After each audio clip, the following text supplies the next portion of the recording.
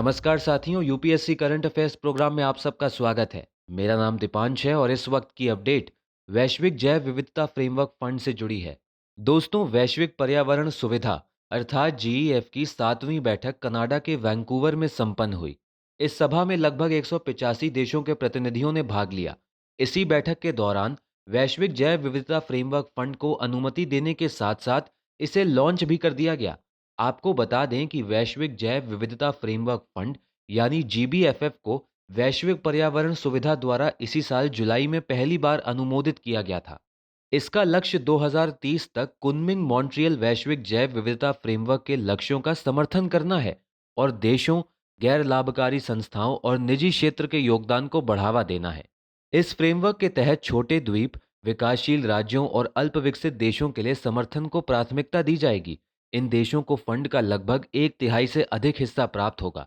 दोस्तों, इसके साथ ही यह पहली बार है कि धन को स्वदेशी लोगों और स्थानीय समुदायों को भी दिया जाएगा। आपको बता दें कि वैश्विक जैव विविधता फ्रेमवर्क फंड के तहत निधि का आवंटन 20% स्वदेशी लोगों और स्थानीय समुदायों को, जीईएफ एजेंसियों को 25%, 36% छोटे द्वीप विकासशील राज्य और 3% अल्प विकसित देश को दिया जाएगा। बता दें कि स्वदेशी लोगों और स्थानीय समुदायों के लिए जो धनराशि का आवंटन हुआ है, उसकी समीक्षा 2 साल में की जाएगी और छोटे द्वीप विकासशील राज्य और अल्प विकसित देश के लिए आवंटित की समीक्षा 3 साल में की जाएगी। दोस्तों, कुनमिंग मॉन्ट्रियल वैश्विक जैव विविधता ढांचे को COP15 2022 में अपनाया गया था।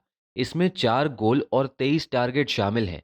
इसका उद्देश्य पारिस्थितिकी तंत्र को बहाल करना, क्षेत्रों का संरक्षण करना, प्रजातियों के विलुप्त होने को रोकना, प्रदूषण के जोखिमों को कम करना और जलवायु परिवर्तन से निपटना आदि शामिल है। इसके साथ ही इसमें हानिकारक सब्सिडी को कम करने और निगरानी बढ़ाने पर जोर दिया गया है।